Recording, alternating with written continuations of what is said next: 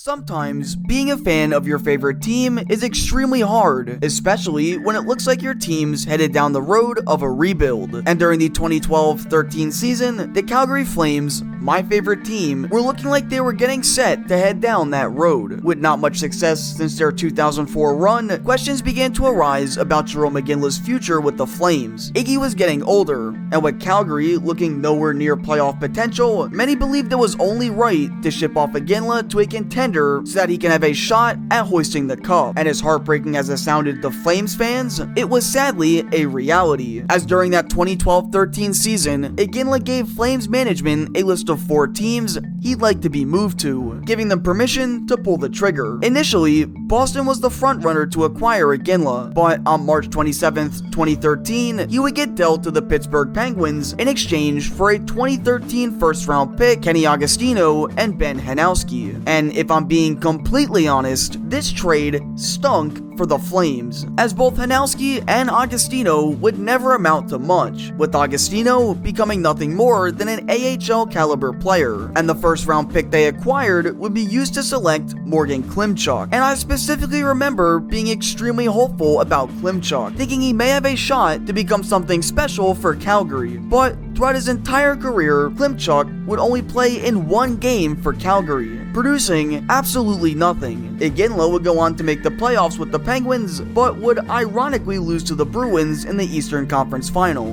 What's also funny is that Boston would end up getting him anyways, as the following season, he would sign as a free agent to join the team he just lost to a season prior. The Ugonna trade is often embarrassing for Flames fans when looking back, but that's also the fun of today's video, as we'll be looking back on the worst trade deadline deals of the last decade. At least Ugonna was able to go on a deep playoff run a few more times before calling it a career. Now, speaking of playoffs, our good old pal Ken Holland had a 20-year playoff streak to hold on to during the 2011-12 season, which caused him to make some pretty borderline desperate moves, one of which was bringing in experience for an upcoming playoff push, and he decided to go after a former Red Wing in order to do so. At the trade deadline, former Wings defenseman Kyle Quincy would get traded to the Tampa Bay Lightning from the Colorado Avalanche for the gritty Steve Downey in a 1-for-1 swap. But then, moments later, Quincy would get moved again, going back to where it all began in Detroit. Now, this move sorta makes sense until you see what was given up to acquire him, but Quincy played once already in the Red Wings system and fits that experience role that Holland was hoping to acquire. Pretty smart. Now, let's see what was given up to get the defenseman back in Hockeytown. Let's see.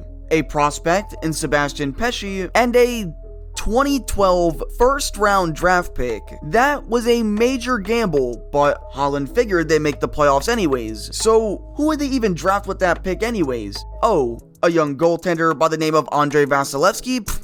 We'll be fine. Apparently he's just as good as Peter Mrazek, so the Red Wings won't be missing out on much, right? Kyle Quincy would remain a Red Wing for 4 more seasons and would be decent defensively, playing his role to a T. But what Vasilevsky turned into made this trade look absolutely embarrassing, because as of the current 21-22 season, Vasilevsky is now a 4-time All-Star, Vezina Trophy winner, and a 2-time Stanley Cup champion with a Conn Smythe Trophy also under his belt. Now, unlike these GMs we've talked about so far, if you're looking for a good deal, then SeatGeek has got you covered. SeatGeek is an app that allows users to purchase tickets to games, concerts, and live events. SeatGeek makes buying tickets simple as they rate them on a scale from 1 to 10, with the higher number being the better of the deals. The NHL season is already almost halfway over, so if you want to go see your favorite NHL team play live, then before you check out, make sure to use promo code IDGT so you can save $20 off your first purchase. Thanks so much for SeatGeek for sponsoring today's video. Now, let's get back into it. Before James Neal became the real deal, he was once a prospect that showed flashes of excellence. In his first few seasons in Dallas, Neal was extremely solid, solid and consistently scored 20 or more goals, improving every season. So when he got traded at the 2011 trade deadline, it was major, but it was who he was also packaged up with, which made the deal as big as it was, as going to the Penguins alongside Neal was defenseman Matt Niskanen, who was a solid top 6 defenseman, but like Neal at the time, no one was completely sure what his true potential could be. In return, Dallas would acquire Alex Goligoski, who was a solidified top 4 defenseman who could produce scoring chances. But this trade is considered a major L for Dallas because of how both these players would turn out, mostly James Neal. See, Niskanen would soon evolve into the steady defenseman he was known to be for the majority of his career. But when Neal was placed alongside Evgeny Malkin, his point totals and on-ice play would skyrocket. In his first full season as a Pen, he would produce 81 points and would consistently become a 50 to 60 point producer during his stay in Pittsburgh. Goligoski remained a solid asset for Dallas, and they got what they asked for, a great puck-moving defenseman who was massive on both sides of the puck. But what they gave up to acquire him is what makes this deal look extremely bad for the Stars.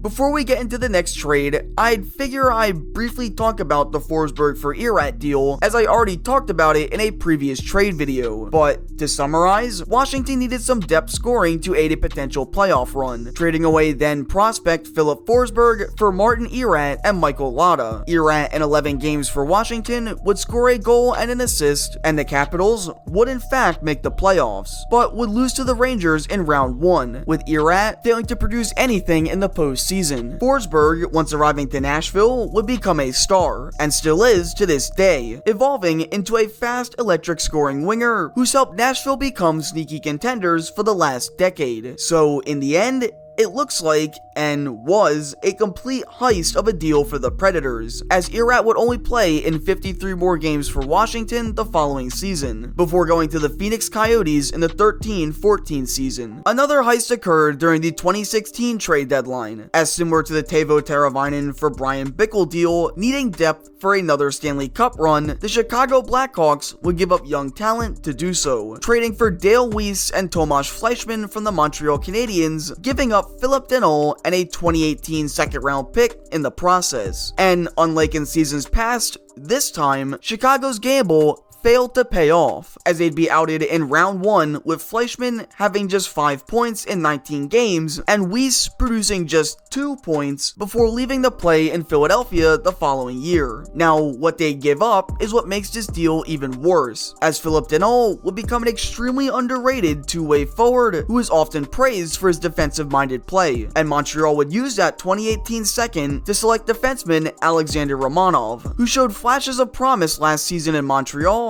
and is still an active member of the Blue Line as of today.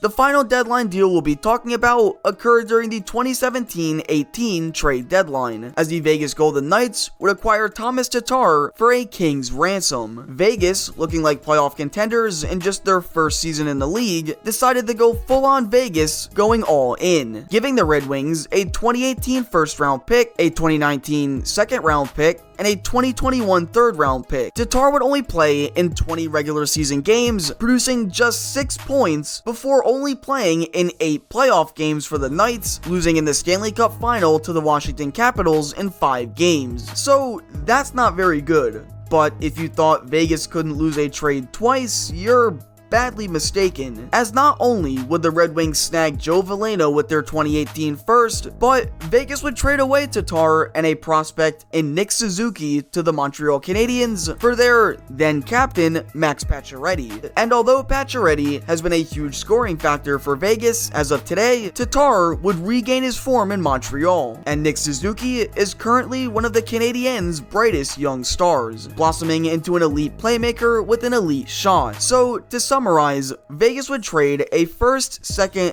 and third round pick plus Nick Suzuki for Max Pacioretty and 20 games of Thomas Tatar. Ouch. But at least they still managed to make the playoffs and have a 3-1 lead in a crucial Game 7. Certainly, they had to have won, right?